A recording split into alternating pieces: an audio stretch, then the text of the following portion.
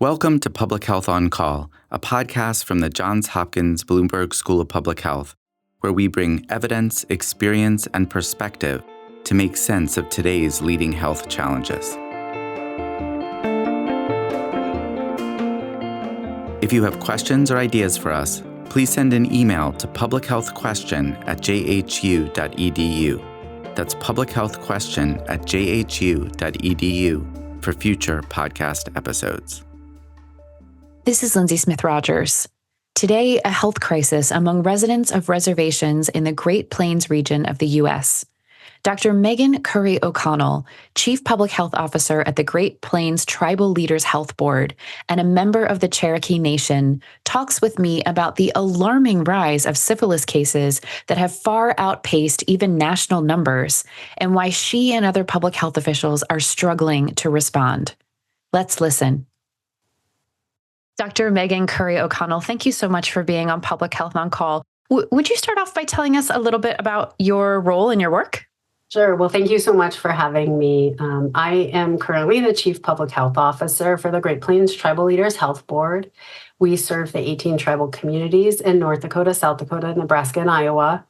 And in my role, I support kind of all of our public health activities that may be going on in the area, including things like public health services that we may provide, to helping provide trainings and capacity building for the tribal communities that essentially are our bosses. I work for all of them to help support their health and public health activities. And today we're going to talk specifically about syphilis. We know that nationwide there has been quite a spike in syphilis, but this is really, really evident among the people that you work with. Could you talk a little bit about that?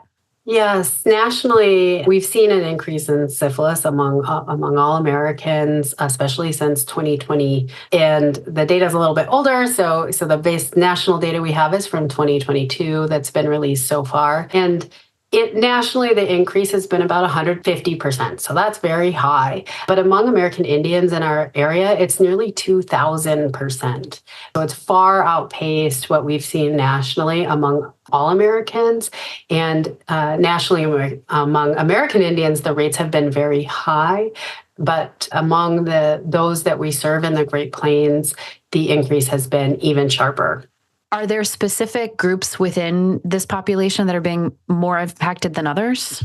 It's kind of younger adults, first of all. So sometimes we think STIs are always in children or, older children, teenagers. That's not necessarily the case. Kind of that 25 to 35-year-old age group has had more cases than others. And then what's a little bit unusual in the cases among American Indians is the impact on women. So historically, in the recent history, syphilis is often thought of something that primarily occurs among men who have sex with men. And you see this in the national data, even in the last couple of years. There's many more men diagnosed with syphilis than women, except among American Indians. So what we're seeing is a ratio of 1 male to 1 female that's diagnosed with syphilis among American Indians. And so a lot of the cases are transmitted through heterosexual sex.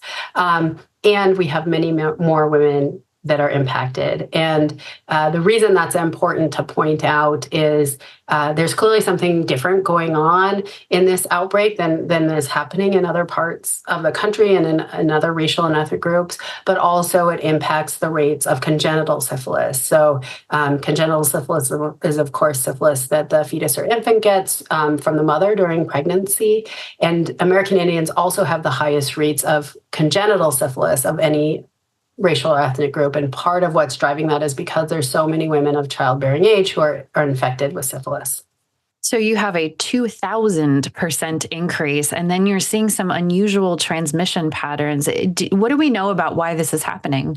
I don't think we know nearly enough, unfortunately. We know some things from data that has been released from state public health agencies or from the federal government. Like I mentioned, that it's disproportionately impacting Native women in particular and Native people, that much of the transmission is through heterosexual sex. And there are some other trends, for example, that a fair number, but by no means all, people have a history of substance use at some point. And so there are some hints, but why this is occurring in this particular way among this population, I don't think we know all of the answers to that yet, unfortunately. And so your job as the chief public health officer, you see something like this and you might start to think about a response. What would an ideal public health response look like in this case? An ideal public health response is not sexy. It's not fancy. It's very old school. There's nothing, I think, new or inventive that I have to bring to that. But we know that it works, and we know that it's the only thing that works to address these infectious disease outbreaks, whether it's syphilis or COVID or tuberculosis or anything else. So what does that look like? It looks like a lot of people who are trained to find cases, people who have tested positive for syphilis in this case, and to go out and talk to them and ask them lots of questions about their life and their sexual partners and educate them about syphilis. So that's the first component that's really important. You need to find the people who have tested positive, elicit their contacts so that you can go talk to those people too and start to spread out to people who haven't been tested yet, but who likely or possibly could have syphilis. And we've been doing that in public health for a long time. And so that's really important. And then the other piece of that is making sure people are treated. So when you're doing that, you want to make sure you're treating people either by bringing someone who can treat with you, giving them penicillin in the field, for example, in the case of syphilis, driving them back to the clinic to get treated. And then when you go talk to their partners, doing the same thing. So the more people you can talk to, identify who have syphilis or are high risk for syphilis and get them treated, that's how we start to stop the spread. And it's not simply enough to rely on each individual coming in and getting tested and them getting treated. You have to do both. But that's not happening here. Can you tell us why? It's not happening, unfortunately. I think part of it is because this type of work is very labor intensive. It's not cheap. There's not a lot of ways, leverage or utilize technology to make it go better, especially in the areas we're talking about. Cell service isn't even a guarantee. So even if you were to, call people or text them or use an app, they might not be able to access it on their phone where they're at. And additionally, the areas we're talking about, they're very rural. So that adds a lot of expense and time to these efforts because you can't just walk around the block and be within, a couple 100 feet of dozens of syphilis cases or something. People are spread out over very long distances. And so that makes it harder. But also, as we mentioned before, there's been this huge increase, nearly 2,000% in our area of cases, but there hasn't been that same increase in funding or public health workers to keep up with the demand. Public health departments just don't have the resources to respond to something like that. Frankly, similar to what was seen in COVID, right? There was this new disease that needed all these interventions, and there just wasn't enough of everything to go around. And unfortunately, we came off of that and went right into a syphilis outbreak that needs the same type of attention. There was a request for an emergency declaration that was filed. Can you talk us through that? Sure. In February, the Great Plains Tribal Leaders Health Board, which is, again, all of the tribes in the Great Plains area of North Dakota, South Dakota, Nebraska, and Iowa have come together and worked together since the 80s in this health board. They passed a resolution regarding the syphilis emergency. And then we, as part of that request, we made a formal request to HHS Secretary Becerra to declare a public health emergency. So that declaration has to come from the federal government. It can come from him specifically. I believe the president can also do it, in order to release some of these resources that are needed to address this, nearly 2,000% increase in cases, because it hadn't been done yet. So we've talked some about, needing more resources in terms of people, money to hire people.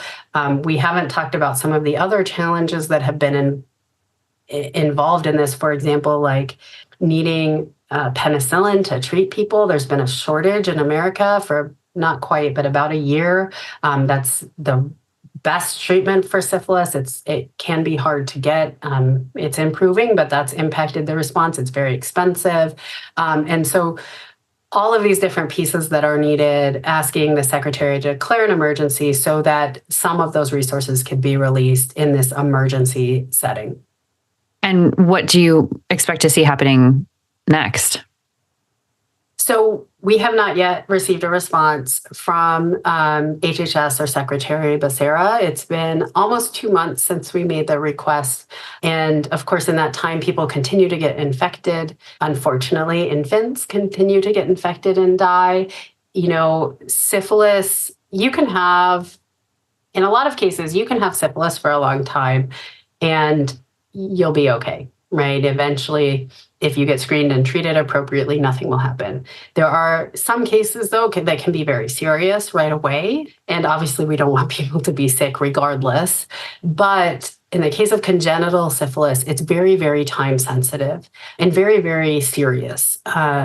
Babies that are infected with congenital syphilis can die, up to 40% of them. It's kind of a big range, but a huge percentage of them can die shortly after birth or can be born deceased, so a stillbirth, or they can have serious health issues. And even if they aren't born with any symptoms, will need to be treated often for a couple weeks, stay in the ICU with antibiotics.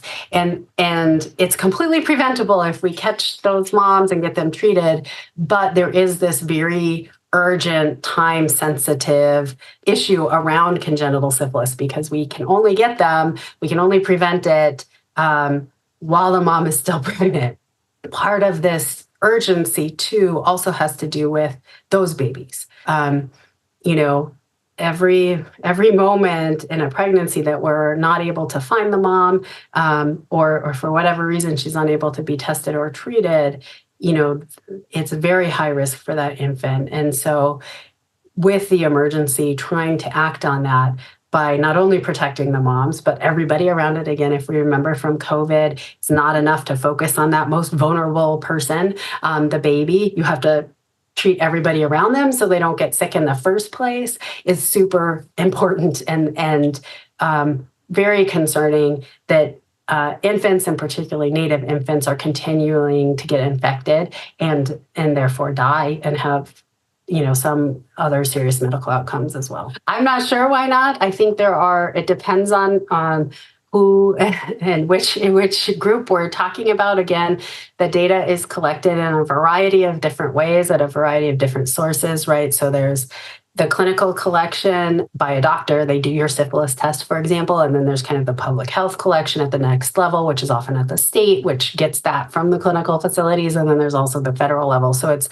kind of complicated. I think one of the big challenges that tribes and tribal epidemiology centers or techs, which we have one in the Great Plains, run into is this whole system was created without any consideration for their need or use of the data. So a lot of this information flows all the time, is totally legal. Tribes and techs were often included, at least on the federal side, in the laws that allow the data to be shared. So HIPAA, as an example. But the systems that were set up to share the data did not include tribes or techs. And that system has been there forever.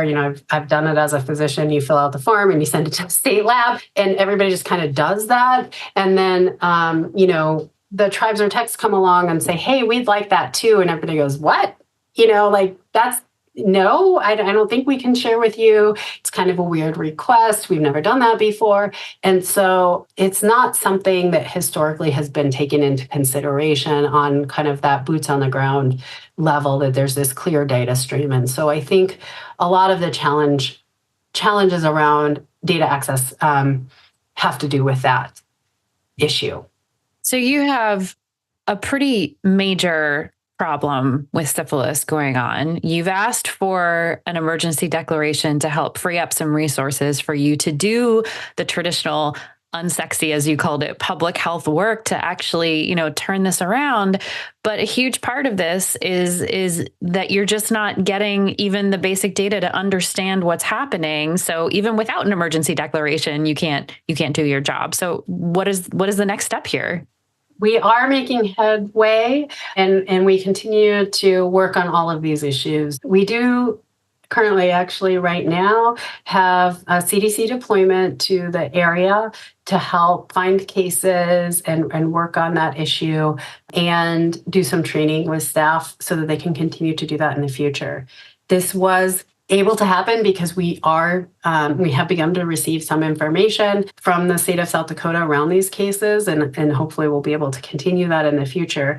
But you're right, without it, we're very limited in what we can be able to do. So for the previous 2 years, when that information was not available at all, we've done kind of everything we can. But in my role, it feels more reactive than proactive, right? So we try to test as many people as we can and connect them to care, or we do education events. We have PSAs and that kind of thing running all over on all the different platforms and trying to get the word out. We've educated providers. We're doing these coordination events. We also had the CDC out in the summer to do an EpiAid where they help us understand what's going on to see what else we can do. But to really kind of get ahead of it, you do need that data to be proactive. And again, we have some, but we don't have all that we need. We don't have it in the whole area, for example. And it's very difficult to do without that information. I mean, it's frankly impossible to do without that information. It's essential to epidemiology and public health that you know who's sick, right? And if we don't know who's sick, you can't do those interventions. Well, Dr. Meghan Curry O'Connell, thank you for taking time out of what I know is a very busy time to come and talk to us about this situation. And we'll certainly continue to follow along. Thank you so much for having me. I really appreciate the opportunity to talk about what we're doing here. Thank you.